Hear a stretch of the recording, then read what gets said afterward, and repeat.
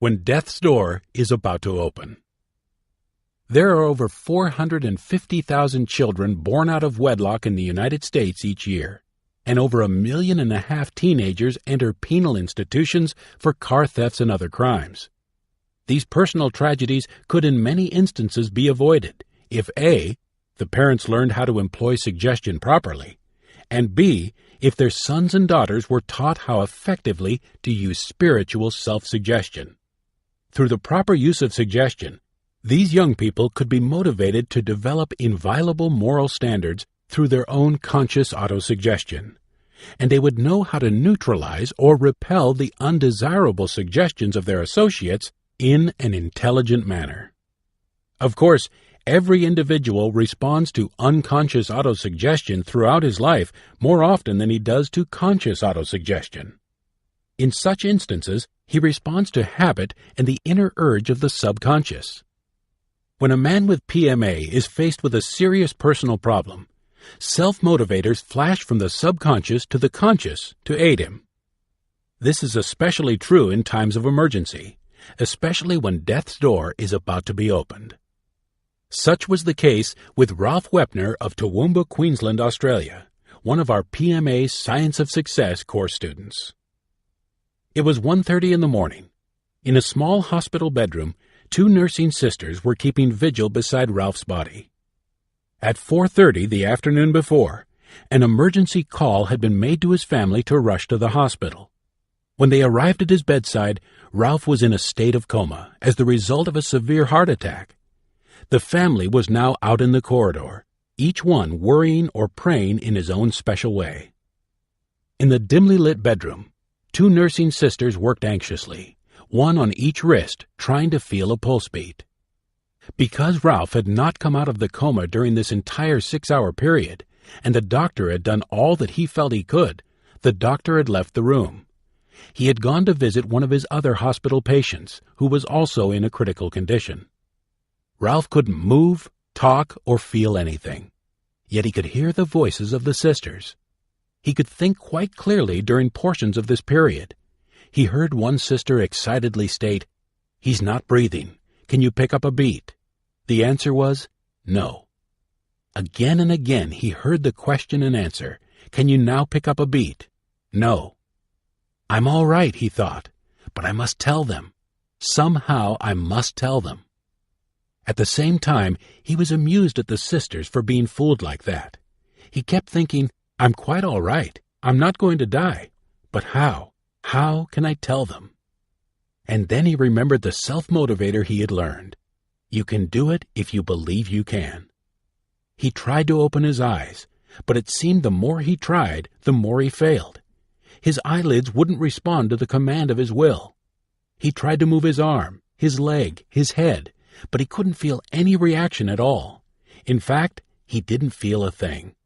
Again and again he tried to open his eyes, until at last he heard the words, "I saw one eyelid flicker.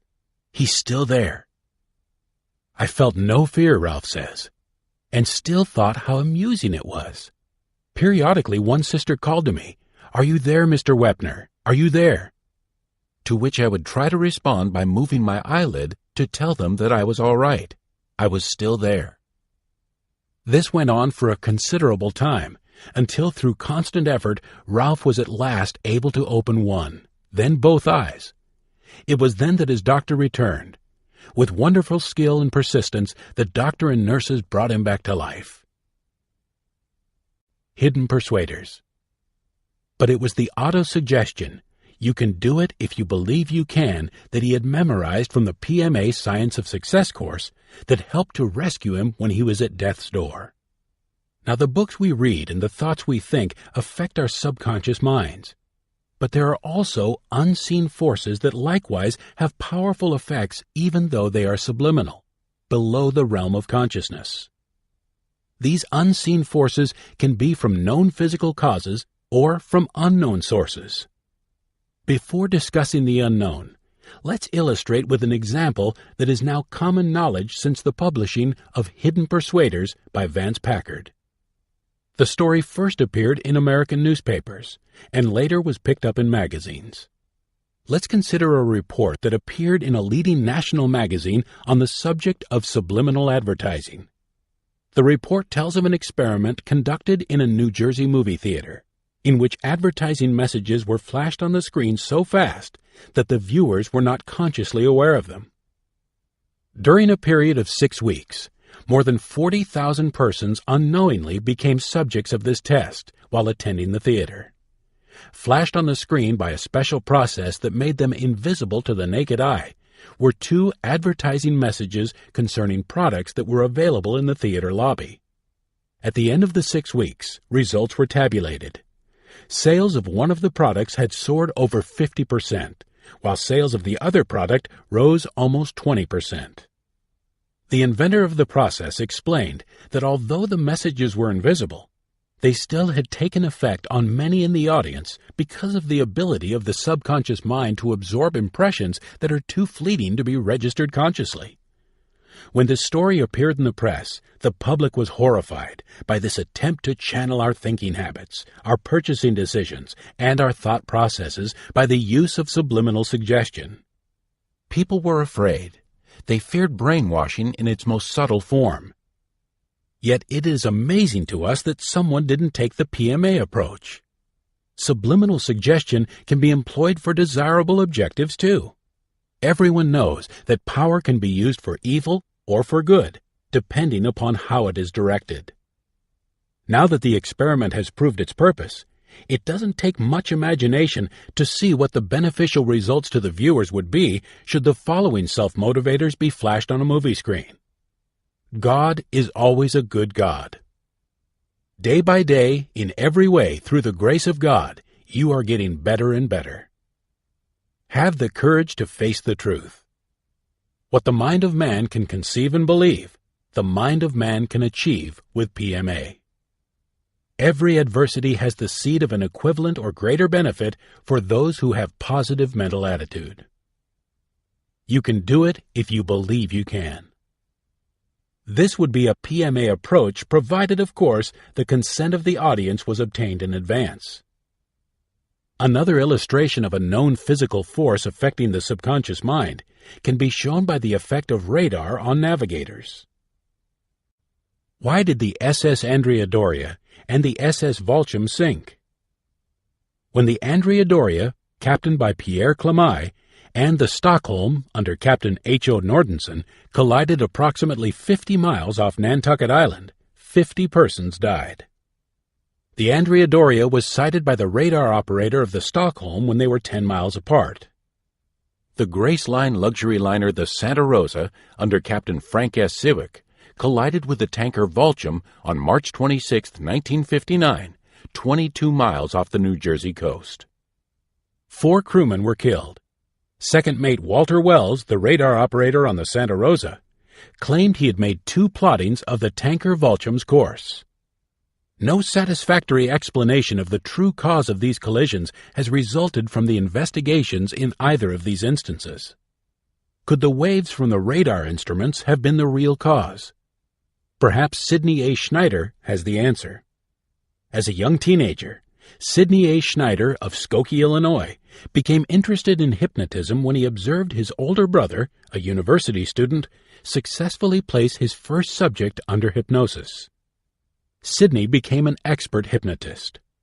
During his business career, he became a radio operator and an engineer in electronics.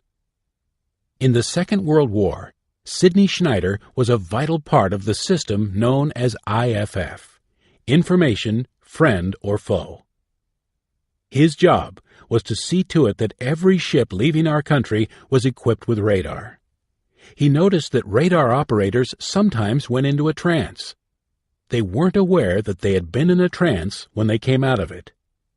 Because of his knowledge of hypnosis and electronics, Schneider concluded that the fixed attention of the naval employees took place when the waves from the radar machine were synchronized with the brain waves of the operator. On this theory, he changed the waves on the radar instrument and eliminated the recurrence of the trances. Sidney Schneider told us that he converted his conclusions regarding the principle that placed the seaman operating radar in a trance into the brainwave synchronizer, a machine which he invented after the war. What is the brainwave synchronizer? It is an electronic instrument designed to induce various levels of hypnosis by subliminal and photic, light, stimulation of the brainwaves. The instrument can be used alone or combined with a tape recording of the therapist's verbal suggestions. No physical connections or attachments are placed on the patient. Results are obtained at any distance in which the light in the machine is visible. The apparatus induces light to deep hypnotic levels in over 90% of the subjects in an average time of 3 minutes. In an experiment with the brainwave synchronizer, none of the persons involved was informed about the machine or what it could do. Neither were they told that they were subjects of an experiment. Yet 30% of them were hypnotized to various degrees, ranging from light to deep states. Why and how does the brainwave synchronizer work, we asked. It is like a television transmitter, Schneider said. The human brain produces pulses, waves, of electricity in several frequency ranges. This knowledge has been applied in the field of medicine since 1929 and the invention of the electroencephalograph, commonly known as the EEG machine, an apparatus for recording brainwaves. My machine operates much like a television system, Schneider continued. The reason the picture on your receiving set does not drift up or down is that the pulses generated within the set synchronize with corresponding pulses generated by the transmitting television station. The receiver is forced to operate at a rate controlled by the transmitter, and the picture must obey. Like the transmitter of a television station, the brainwave synchronizer also produces synchronizing pulses. And through photic stimulation, the waves sent from the synchronizer cause the frequency of the brainwaves also to lock in step. At this point, hypnosis can be achieved. Just compare your brain to a receiving set and the brainwave synchronizer to a television transmitter. And you will see as you continue to listen that in addition to comparing your brain to a receiving set, you can compare it to a television transmitter also. A little knowledge becomes a dangerous thing. We have just explored some of the unseen forces from known physical causes. Now let's proceed further into the realm of the unknown, the thrilling field of psychic phenomena, such as 1. ESP, extrasensory perception, awareness of or response to an external event or influence not apprehended by sensory means. Here are included A. Telepathy, thought transference. B. Clairvoyance, the power of discerning objects not present to the senses. C. Precognition, seeing into the future. D. Postcognition, seeing into the past. 2. Psychokinesis, the effect of the mind on an object. Now let's be realistic and keep our feet firmly on the ground. Let's explore the unknown with common sense. You'll be in danger unless you use good logic and avoid the gathering of cobwebs in your thinking. Facts should be your stepping stones over the river of doubt. Therefore, let an experienced guide direct you along safe paths. And we will introduce you to such a guide. But before we do, let's talk about the past. Thomas J. Hudson's famous book, The Law of Psychic Phenomena, when published in 1893, became a bestseller. The book is published today in paperback by Kessinger Publishing, Whitefish, Montana. It contained many thrilling stories of reported psychic experiences. The imaginations of tens of thousands of people who read this book were stimulated. Some were ready, some were not. From then on, public interest in psychic phenomena made rapid progress. But many persons, not properly prepared, injured themselves by becoming crackpots. This was due to the awesomeness and magnetic interest a little knowledge of psychic powers generated within them.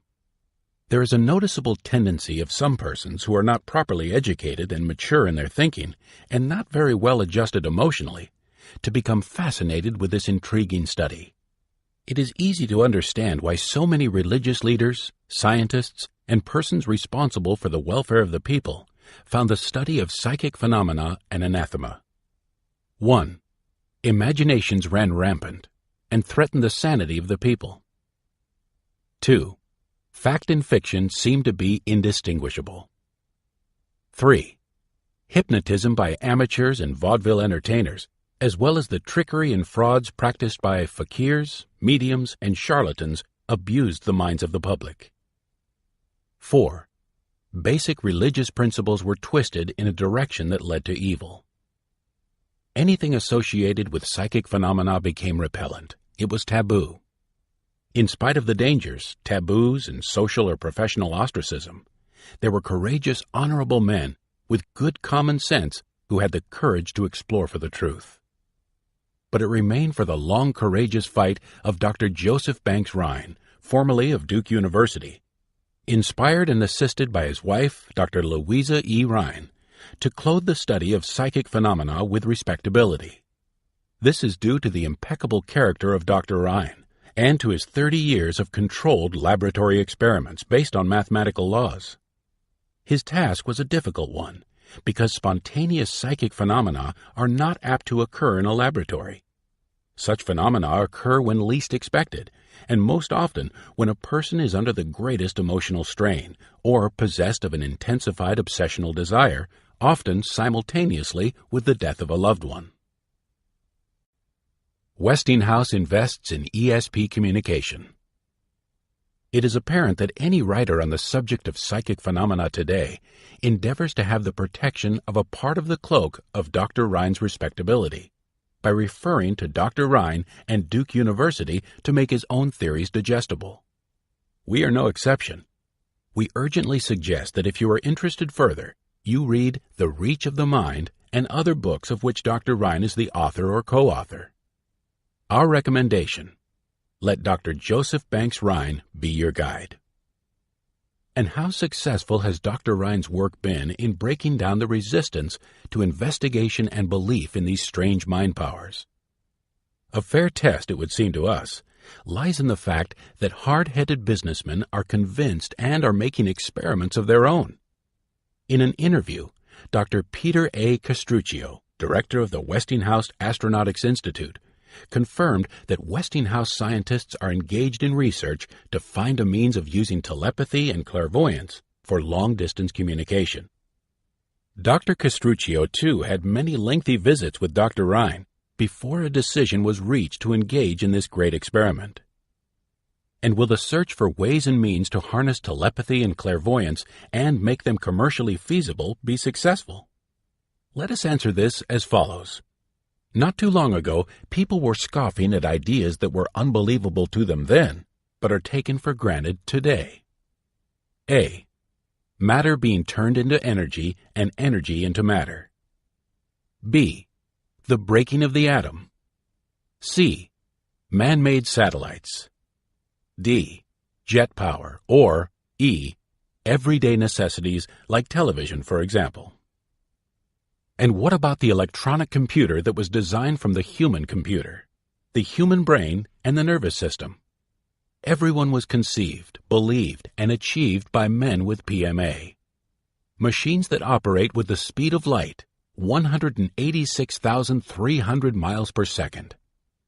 Machines that can calculate 40,000 arithmetical operations per second and detect and correct their own errors.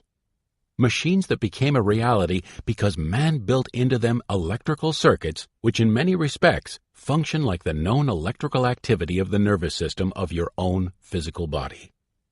Our answer: what the mind of man can conceive and believe, the mind of man can achieve with PMA. But no machine or man-made invention is as marvelous as the wonderful human computer you own, your brain and your nervous system, with their power of electrical activity. Man is more than a body with a brain. You are a mind with a body, a mind possessing and also affected by powers known and unknown, a mind composed of two parts, the conscious and the subconscious. Here we have stressed most the concept of the subconscious mind, its powers and the forces known and unknown that affect it. But what about the conscious mind, that is equally important, and you will hear about it in the next chapter entitled, "And Something More."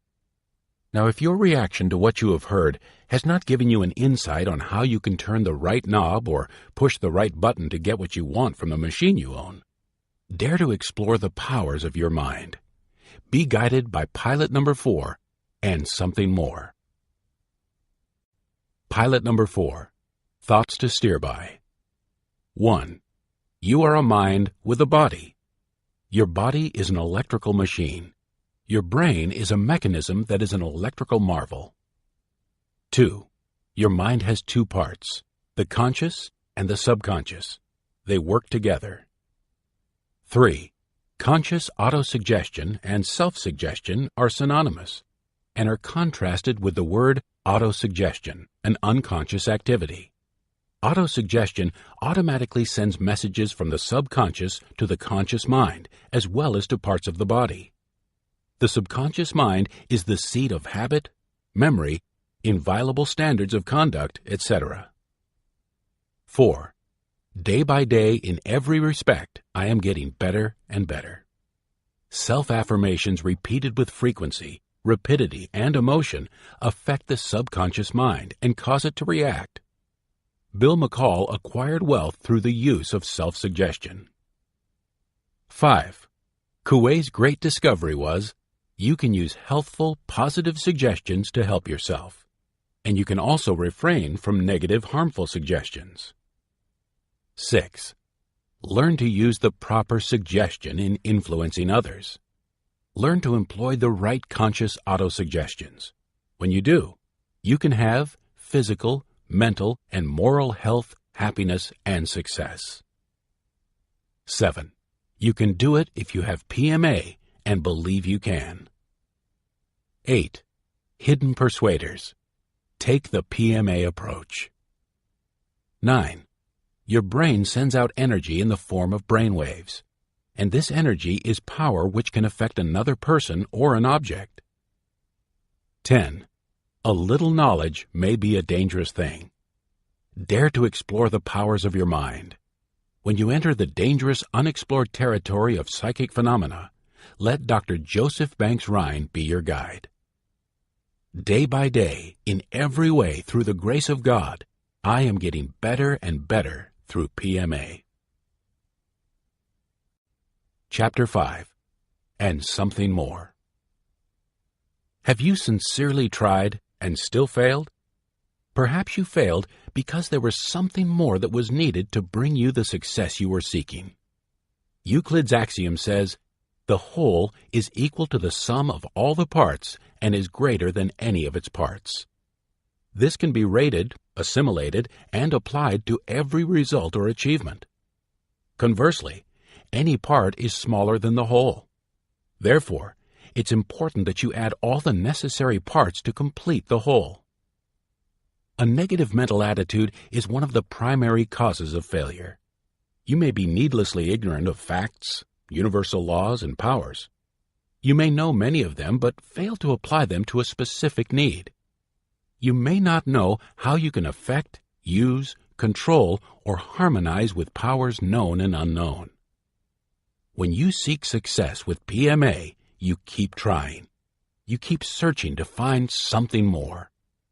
Failure is experienced by those who, when they experience defeat, stop trying to find the something more.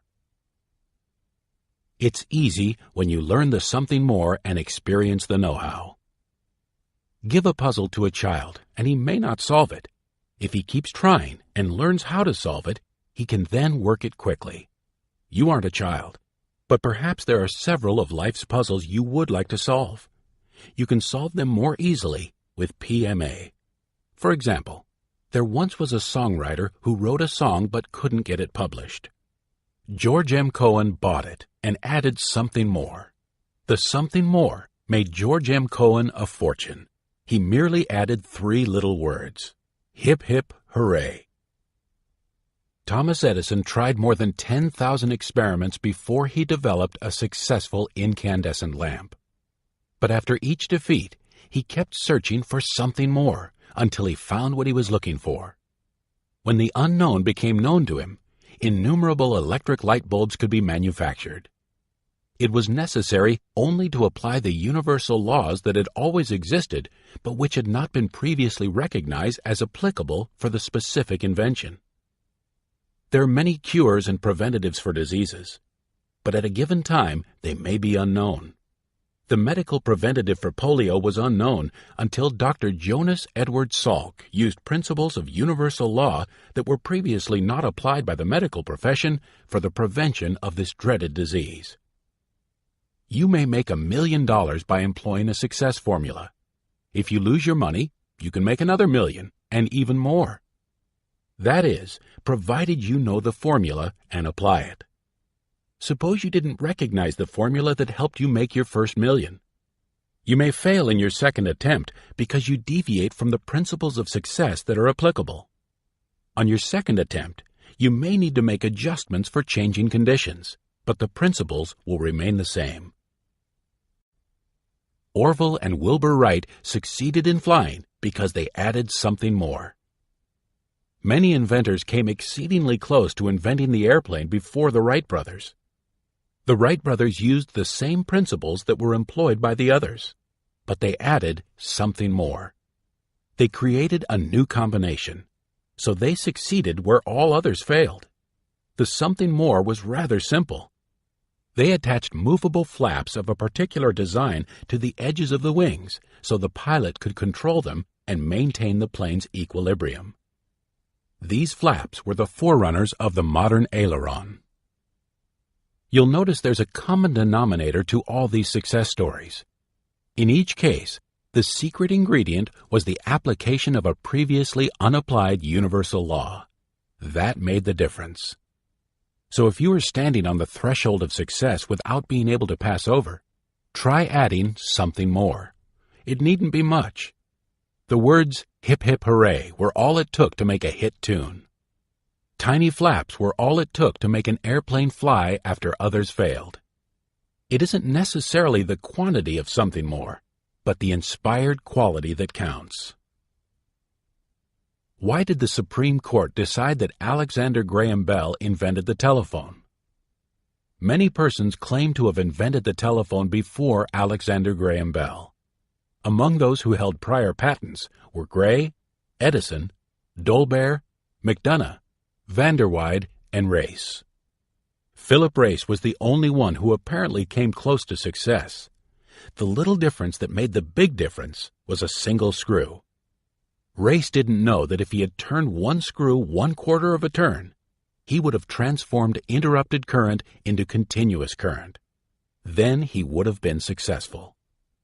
In a United States Supreme Court case, the court noted that Race knew what had to be done in order to transmit speech by electricity is very apparent, for in his first paper he said, "As soon as it is possible to produce anywhere and in any manner vibrations whose curves shall be the same as those of any given tone or combination of tones, we shall receive the same impression as that tone or combination of tones would have produced on us." The court further noted, Race discovered how to reproduce musical tones, but he did no more. He could sing through his apparatus, but he could not talk. From the beginning to the end, he has conceded this. As in the case of the Wright brothers, the something more Bell added was comparatively simple. He switched from an intermittent to a continuous current, the only type capable of reproducing human speech. The two currents are exactly the same direct current. Intermittent means breaking with a slight pause. Specifically, Bell kept the circuit open instead of breaking the circuit intermittently as Race had done. The court concluded, Race never thought of it, and he failed to transmit speech telegraphically. Bell did, and he succeeded. Under such circumstances, it is impossible to hold that what Race did was an anticipation of the discovery of Bell. To follow Race is to fail, but to follow Bell is to succeed. The difference between the two is just the difference between failure and success. If Race had kept on, he might have found out the way to succeed, but he stopped and failed. Bell took up his work and carried it on to a successful result. His silent senior partner inspired him to success. R.G. Letourneau, builder of heavy earth-moving equipment, motivated thousands of persons with his inspirational speeches. In these talks, he referred reverently to my senior partner. He told about the inspiration and help he received from the partner. Letourneau had little formal education, but he performed feats of engineering that are astounding. As a subcontractor on the Great Hoover Dam in Nevada, Letourneau lost a fortune because he ran into an unexpected strata of rock. The cost of drilling through the rock was more than he had calculated in estimating his contract, so he went broke trying to fulfill his end of the bargain. But instead of brooding over his loss, Letourneau turned to prayer. How did he pray? By expressing gratitude, profound gratitude for what he had left: a sound body, a strong pair of hands, a brain that could think, and something more. In my hour of greatest distress, said Letourneau, I found my greatest asset in the revelation and discovery of a silent senior partner. I have since recognized this partner in my personal and business life. Everything I have, everything I have done that has been worthwhile, I owe to him. Napoleon Hill was associated with Mr. Letourneau for 18 months and had an opportunity to observe him closely. By this time, Letourneau had become a well-known inspirational lecturer. He devoted much of his time to traveling around the country in his private plane, preaching his message, "It's wonderful to be in partnership with God." One night, when the two men were flying home from a speaking engagement in North Carolina, something interesting happened. Soon after his pilot took off, Mr. Letourneau went to sleep. In about 30 minutes, Napoleon Hill saw him take a little notebook from his pocket and write several lines in it. After the plane landed, Napoleon Hill asked Mr. Letourneau if he remembered writing in his notebook. "Why, no," exclaimed Letourneau. He immediately pulled the notebook from his pocket and looked at it. He said, "Here it is. I've been looking for this for several months. Here's the answer to a problem that has kept me from completing a machine we are working on." When you receive a flash of inspiration, write it down. This may be the something more that you are looking for. We believe that communication with infinite intelligence is through the subconscious mind. We believe you should establish the habit of immediately writing down flashes of inspiration as they are communicated to you from the subconscious to the conscious. Albert Einstein developed intricate and profound theories regarding the universe and the natural laws that control it. Yet he used only the simplest but most important of instruments ever invented: a pencil and a piece of paper. He wrote down his questions and answers. You will develop your mental powers when you learn and develop the habit of asking yourself questions. When you learn and develop the habit of using pencil and paper to write down your questions, ideas, and answers. It is unlikely that Einstein and other scientists would have come to their successful conclusions unless they had learned from the recorded knowledge of mathematicians and scientists who preceded them. It is also unlikely that Einstein would have tried unless he had been motivated to search for universal principles after having developed the habit of engaging in thinking time and action. Do you know of any great thinker or person of achievement who does not make notes of ideas that occur to him? Learn creative thinking from the creative thinker. Your Creative Power and Applied Imagination by Alex F. Osborne, of the advertising firm of Batten, Barton, Durston, and Osborne, have inspired hundreds of thousands of persons to engage in creative thinking. What is equally important, these people have been motivated to positive, constructive action. Thinking is not creative unless it is followed through with action. Osborne, like so many creative thinkers, used a notepad and a pencil as favorite working tools. When an idea occurred, he jotted it down. He, like other great men of accomplishment, engaged in thinking, planning, and study time. Alex Osborne stated an obvious truth when he said, "Everyone has some creative ability, but most people haven't learned to use it." Osborne's brainstorming methods, explained in his easily read textbook, Applied Imagination, are being employed in college classrooms, factories, business offices, churches, clubs, and in the home. Brainstorming, as developed by Osborne, is a very simple method whereby two or more persons use their collective imaginations to come up with ideas that flash from their subconscious to their conscious minds in answer to a question incorporating a specific problem. The ideas are written down just as fast as they strike the minds of the participants. No critical judgment is permitted until after many ideas are written down. Later, the ideas are screened and judged to determine their practicality and value. LaSalle College in Philadelphia and many universities throughout the country teach well-rounded courses in creative thinking which include the methods used by creative thinkers in many phases of business and industry. It was just such creative thinking that enabled Dr. Elmer Gates to make this world a better place in which to live.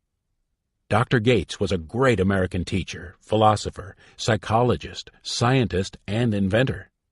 During his lifetime, he developed hundreds of inventions and discoveries in the various arts and sciences. He did his creative thinking by sitting for ideas. Dr. Gates' own life proved that his methods of brain and body building could develop a healthy body and increase the efficiency of the mind. Napoleon Hill recalls how, armed with a letter of introduction from Andrew Carnegie, he went to visit Dr. Gates at his Chevy Chase laboratory. When Napoleon Hill arrived, Dr. Gates' secretary told him, "I'm sorry, but I'm not permitted to disturb Dr. Gates at this time." "How long do you think it will be before I can see him?" Napoleon Hill asked. "I don't know, but it might take as long as 3 hours," she responded. "Do you mind telling me why you are unable to disturb him?" She hesitated and then responded, "He is sitting for ideas." Napoleon Hill smiled. "What does that mean, sitting for ideas?" She returned the smile and said, "Maybe we'd better let Dr. Gates explain. I really don't know how long it will take, but you're welcome to wait. If you prefer to come again, I'll see if I can make a definite appointment for you." Mr. Hill decided to wait. It was a valuable decision. What he learned was well worth waiting for. This is how Napoleon Hill tells what happened. When Dr. Gates finally came into the room and his secretary introduced us, I jokingly told him what his secretary had said. After he read the letter of introduction from Andrew Carnegie, he responded pleasantly, "Would you be interested in seeing where I sit for ideas and how I go about it?" He led me to a small soundproof room. The only furniture in the room consisted of a plain table and a chair. On the table were pads of paper, several pencils, and a push button to turn the lights off and on. In our interview, Dr. Gates explained that when he was unable to obtain an answer to a problem, he went into the room, closed the door, sat down, turned off the lights, and engaged in deep concentration. He applied the success principle of controlled attention, asking his subconscious mind to give him an answer to his specific problem, whatever it might be. On some occasions, ideas didn't seem to come through. At other times, they would immediately flow into his mind. And in some instances, it would take as long as 2 hours before they made an appearance. As soon as ideas began to crystallize, he would turn on the lights and begin to write. Dr. Elmer Gates refined and perfected more than 200 patents which other inventors had undertaken, but which had fallen just short of success. He was able to add the missing ingredients, the something more. His method was to begin by examining the application for the patent and its drawings until he found its weakness, the something more that was lacking. He would bring a copy of the patent application and drawings into the room. While sitting for ideas, he would concentrate on finding the solution to a specific problem. When Napoleon Hill asked Dr. Gates to explain the source of his results while sitting for ideas, he gave the following explanation. The sources of all ideas are: 1. Knowledge stored in the subconscious mind and acquired through individual experience, observation, and education. 2. Knowledge accumulated by others through the same media, which may be communicated by telepathy. 3. The great universal storehouse of infinite intelligence, wherein is stored all knowledge and all facts, and which may be contacted through the subconscious section of the mind. When I sit for ideas, I may tune into one or all of these sources. If other sources of ideas are available, I do not know what they are. Dr. Elmer Gates found the time to concentrate and think in his search for something more. He knew specifically what he was looking for, and he followed through with positive action. In Chapter 7, we will discuss how you can learn to see so that your search for something more will be made easier. In your search, you may fail, but in failing, you may succeed in discovering something even greater. Ask yourself why. Be observant. Think. Get into action. The Bible and both a good comprehensive dictionary and an encyclopedia should, we believe, be in every home. They also can help your search for something more. You don't need to be ashamed to be a failure like Christopher Columbus. Look in your Encyclopedia Britannica, and you will find the thrilling, exciting story of Christopher Columbus. He studied astronomy, geometry, and cosmography at the University of Pavia. The book of Marco Polo, Theories of Geographers, Reports, and Traditions of Mariners, as well as floating works of art, and craftsmanship of non-European origin cast up by the sea. All these stimulated his imagination. Step by step over the years, he came to the firm belief through inductive reasoning that the world was a sphere. Having reached this conclusion, he was convinced through deductive reasoning that the Asiatic continent could be reached by sailing westward from Spain, just as well as Marco Polo had reached it by traveling east. He developed a burning desire to prove his theory. He sought the necessary financial backing, ships, and men to explore the unknown and find something more. He got into action. He kept his mind on his objective. Over a period of 10 years, he was often on the verge of receiving the necessary help. But the deception of a king, the ridicule, suspicion, and fear of subordinate government officials, the disbelief of those who wanted to help him, but who at the last moment refused because of the skepticism of their scientific advisors, all brought defeat after defeat. He kept trying. In 1492, he received the help for which he had so persistently searched and prayed. In August of that year, he sailed westward for India, China, and Japan. He was on the right course and headed in the right direction. You know the story. After he landed on the islands in the Caribbean, he returned to Spain with gold, cotton, parrots, curious arms, mysterious plants, unknown birds and beasts, and several natives. He thought he had achieved his objective and had reached the islands off India. He had failed. He had not reached Asia. But without being aware of it immediately, Columbus had found something more, quite a bit more. You, like Christopher Columbus, may fail to reach your high major objectives or your magnificent obsessions. You, like him, may fail in your efforts to reach a distant destination in the realm of the unknown. But you may discover something more, something equaling the wealth of the Americas. You, like him, may inspire and direct those who follow you to head in the right direction, on the right course, and to continue further into the unknown until they achieve the worthwhile objectives you conceived. You, like Columbus, have the time and the power to think. You, like him, can persistently strive with a positive mental attitude to achieve your definite major aims to find something more. You don't need to be ashamed to be a failure like Christopher Columbus. And something more. How can you apply it? By now, you should be in a position to extract principles from specific illustrations so that you can relate, assimilate, and use them. We agree with Admiral H.G. Rickover in the fundamental truths of his statement. Among the young engineers we interview, we find few who have received thorough training in engineering fundamentals or principles, but most have absorbed quantities of facts, much easier to learn than principles, but of little use without application of principles. Once a principle has been acquired, it becomes a part of one and is never lost. It can be applied to novel problems and does not become obsolete as do all facts in a changing society.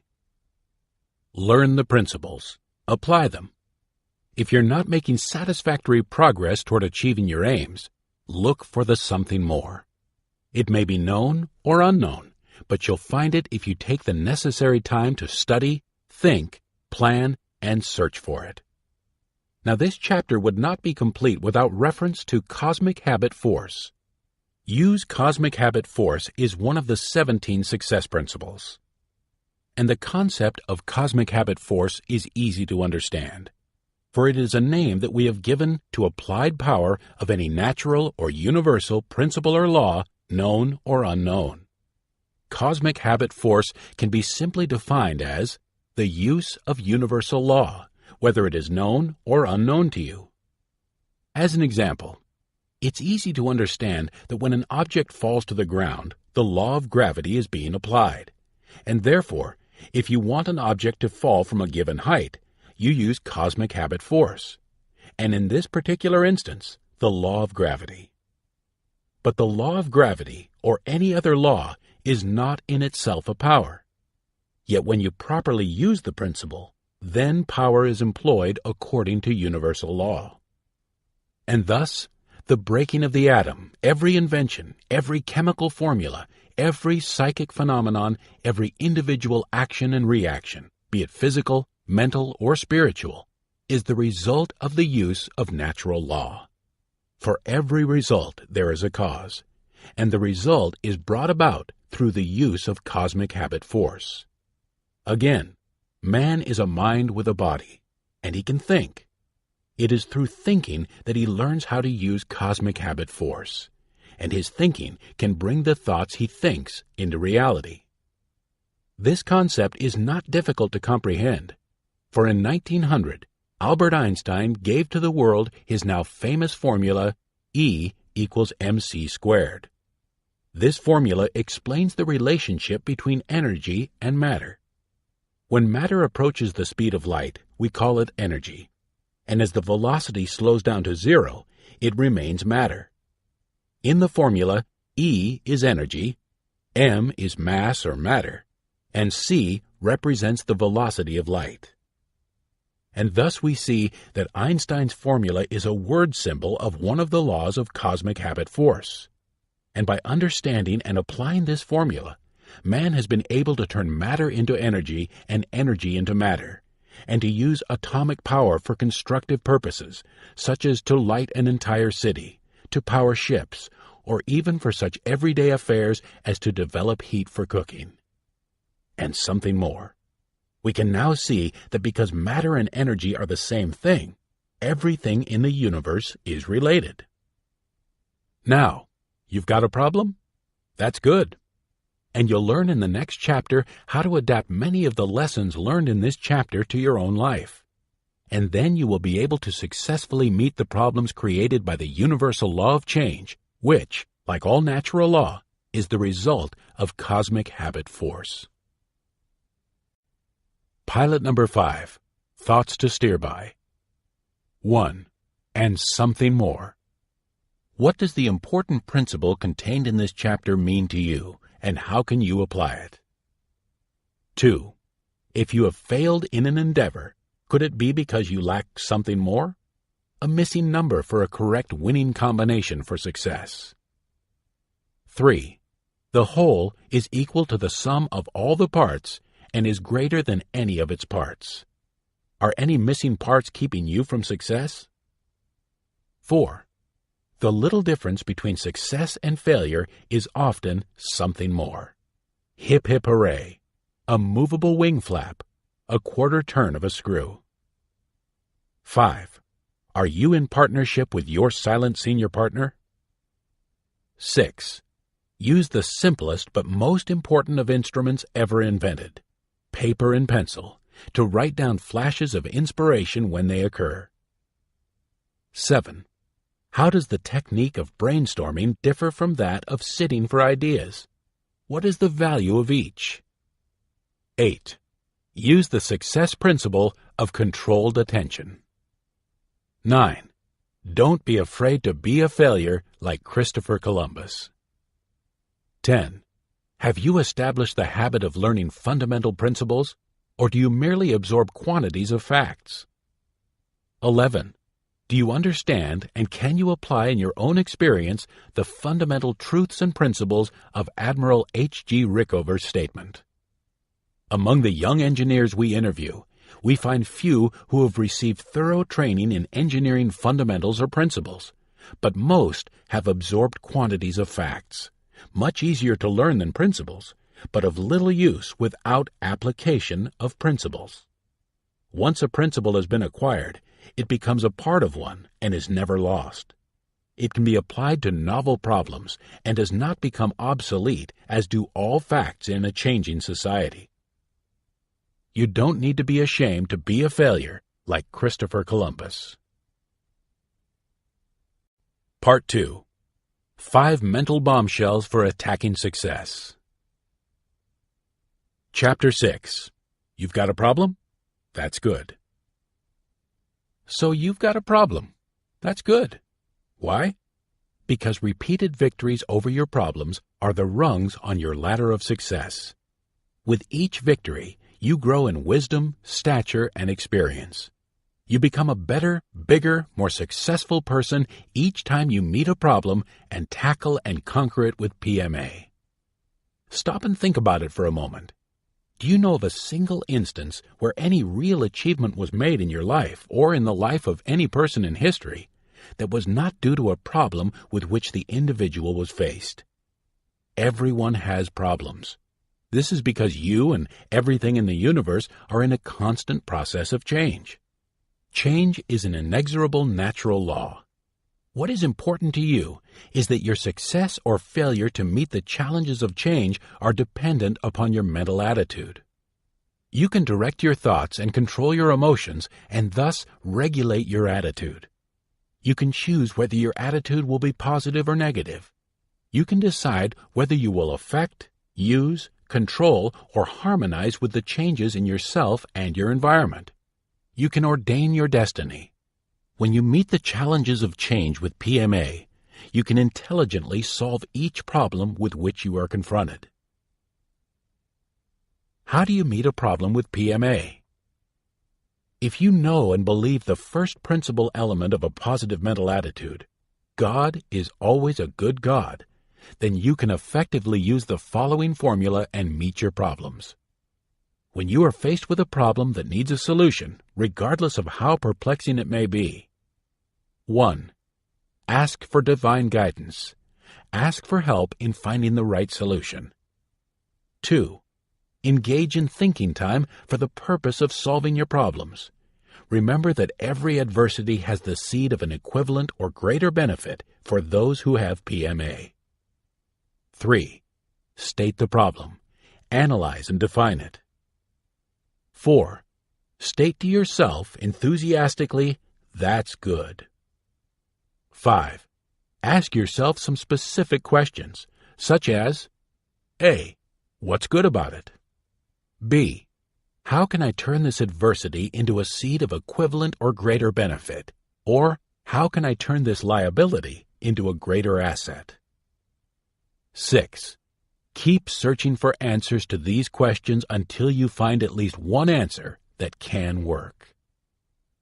Now, the problems that will confront you will, broadly speaking, be of 3 kinds: personal problems, emotional, financial, mental, moral, physical; family problems, and business or professional problems. Because personal problems are the most immediate problems experienced by all of us, we would like to tell you the story of a man who met some of the most severe problems a human being can experience. As you listen to this story, see how he applied PMA to the solution of each difficulty until he achieved ultimate victory. He met his challenge to change with PMA at Leavenworth Penitentiary. This man was born in poverty. While in grade school, he sold newspapers and shined shoes in and around the saloons on Seattle's waterfront to help his mother meet expenses. Later, he became a cabin boy on an Alaskan freighter during the summer months. After he finished high school at the age of 17, he left home. He became one of the horde of hobos that rode the rails and traveled to every part of the United States. His companions were hard-bitten men. He gambled, associated with riffraff, men of the so-called Border Legion. Soldiers of fortune, fugitives, smugglers, cattle thieves, and the like were his companions. He joined the forces of Pancho Villa in Mexico. You can't skate close to those extra-legal operations without knowing about them, even if you have nothing to do with them, Charlie Ward said. My mistake was being with the wrong companions. My major sin was associating with people who were bad. From time to time, he won large sums gambling and then lost them. Finally, he was arrested for narcotics smuggling. He was tried and convicted. Yet throughout his life, Charlie Ward maintained his innocence of the charge on which he was convicted. Charlie Ward was 34 years old when he entered Leavenworth. He had never been in jail before in spite of his associates, and he was embittered. He vowed that no prison was strong enough to hold him. He looked for a chance to make a break. Then something happened. Charlie chose to change his attitude from negative to positive. He met the challenge to change with PMA. Something within him told him to stop being hostile and to become the best prisoner in the prison. From that very moment, the entire tide of his life began to flow in the direction most favorable for him. By the simple change from negative to positive thinking, Charlie Ward began to master himself. He changed the direction of his aggressive personality. He forgave the federal agents who had brought about his plight. He quit hating the judge who sentenced him.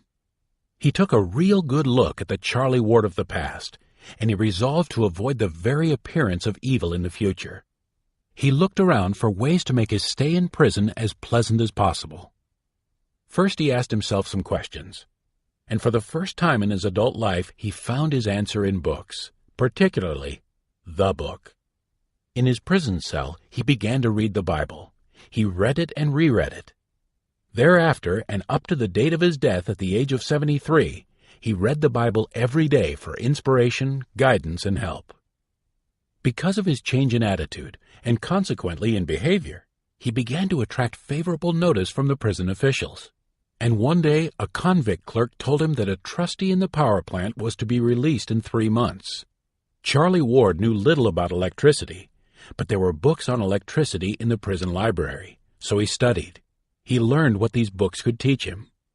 At the end of 3 months, Charlie was ready. He applied for the job. Something about his mannerism and his tone of voice impressed the deputy warden. That something was the earnestness and sincerity of Charlie Ward's positive mental attitude. He got the job. Because he continued to study and work with PMA, Charlie Ward became superintendent of the prison power plant, with 150 men under him. He tried to inspire each one of them to make the best of his situation. When Herbert Hughes Bigelow, president of Brown & Bigelow of St. Paul, Minnesota, arrived at Leavenworth on a conviction of income tax evasion, Charlie Ward also befriended him. In fact, he went out of his way to motivate Bigelow to adjust himself to his environment. Mr. Bigelow was so appreciative of Charlie's friendship and help that as his prison term approached its end, he told Charlie, "You have been good to me. When you get out, come to St. Paul. We will have a job for you." 5 weeks later, Charlie was released from prison and went to St. Paul. As he had promised, Mr. Bigelow gave Charlie a job. He was given work as a laborer at $25 a week. Because Charlie worked with PMA, he became a foreman within 2 months. After a year, he became a superintendent. Finally, Charlie was made vice president and general manager. And when Mr. Bigelow died, Charlie was made president of Brown & Bigelow. He continued in this capacity until his own death many years later. Under Charlie's management, sales rose from less than $3 million to over $50 million annually. Brown & Bigelow became the largest company of its kind. Because of Ward's positive mental attitude and his desire to help those less fortunate, he himself received peace of mind, happiness, love, and the better things in life. By presidential decree, his rights as a citizen were restored in acknowledgment of his exemplary life. Those who knew him held him in the highest esteem and were themselves inspired to help others. Perhaps one of his most unusual and commendable activities was his employment of over 500 men and women who had come from prisons. They continued their rehabilitation under his stern and understanding guidance and inspiration. He never forgot that he too had been a convict. He wore a tag on his bracelet with his old prison number as a symbol. Charlie Ward had been sentenced to prison. That was good. Why? Who knows what might have become of Charlie Ward had he continued in the direction in which he was headed. But in prison, he met the challenge to change, and there he learned to use PMA to solve his personal problems. He made his world a better world to live in. He became a bigger and better man. No one will ever know the exact number of the needy who have prayed for blessings to Charlie Ward in response to their inner thoughts. I was naked, and ye clothed me. I was sick, and ye visited me. I was in prison, and ye came unto me. Fortunately, not everyone is faced with problems as severe as those which Charlie Ward was called upon to meet and solve. But there is a lesson in Charlie's story. In addition to the fact that he changed his attitude from negative to positive, you will recall Charlie himself said, "My greatest mistake was being with the wrong companions." Negative attitudes are often contagious, and bad habits are contagious.